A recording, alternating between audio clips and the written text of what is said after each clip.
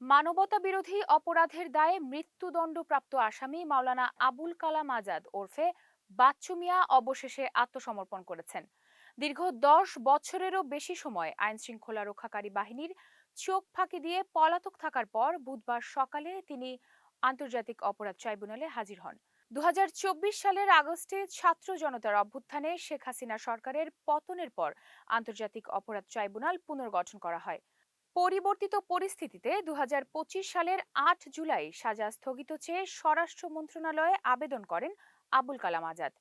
একই বছরের 22 অক্টোবর সরকার তার সাজা 1 বছরের জন্য স্থগিত করে এবং সুপ্রিম কোর্টে আপিল করার শর্ত হিসেবে তাকে আত্মসমর্পণের নির্দেশ দেয়। এরই ধারাবাহিকতায় বুধবার সকালে তিনি ট্রাইব্যুনালে আত্মসমর্পণ করলে তাকে পুলিশ হেফাজতে নেওয়া হয়। 1971 সালে বাংলাদেশের মহান মুক্তিযুদ্ধ চলাকালে পাকিস্তানি হানাদার বাহিনীর সহযোগী হিসেবে সাধারণ মানুষের ওপর বর্বর নির্যাতনের অভিযোগ রয়েছে এই আজাদের বিরুদ্ধে। 2011 সালের 10 এপ্রিল থেকে রাষ্ট্রপক্ষ তার বিরুদ্ধে তদন্ত শুরু করে। 2012 সালের মার্চে রাষ্ট্রপক্ষ গ্রেপ্তারের আবেদন করলে পরোয়ানা জারির ঠিক আগ মুহূর্তে মাওলানা আবুল কালাম গা ঢাকা দেন। 2013 সালে ট্রাইব্যুনাল তার অনুপস্থিতিতে রায় ঘোষণা করেন। তার বিরুদ্ধে আনা 8টি অভিযোগের মধ্যে 7টি প্রমাণিত হয়।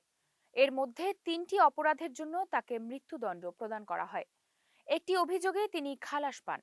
গ্রেপ্তারি পরোয়ানা জারির পর থেকেই আবুল কালাম আজাদ দীর্ঘ 1 দশকেরও বেশি সময় আত্মগোপনে ছিলেন। তার অনুপস্থিতিতে ফাঁসির রায় ঘোষণা করা বাংলাদেশের বিচারিক ইতিহাসে একটি গুরুত্বপূর্ণ ঘটনা ছিল। দীর্ঘ 16 বছর আত্মগোপনে থাকার পর পরিবর্তিত রাজনৈতিক প্রেক্ষাপটে কেন তিনি আত্মসমর্পণ করলেন তা নিয়ে জনমনে ও রাজনৈতিক অঙ্গনে শুরু হয়েছে নতুন বিশ্লেষণ।